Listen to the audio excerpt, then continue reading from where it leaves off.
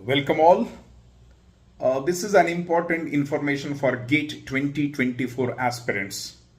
Hope your preparation is over. Now you are left with just 10 to 12 days, around 12 days. So now this is not the time to take up some new topics or do something new.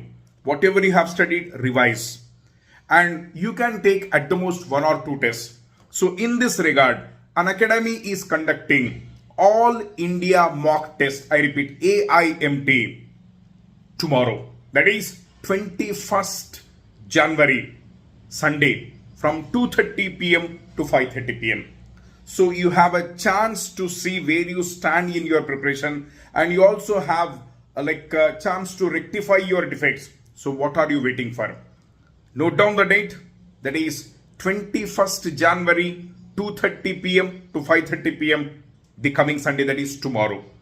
So enroll and take the test. The link is given in description box and see where you stand in your preparation. So all the best for your exam.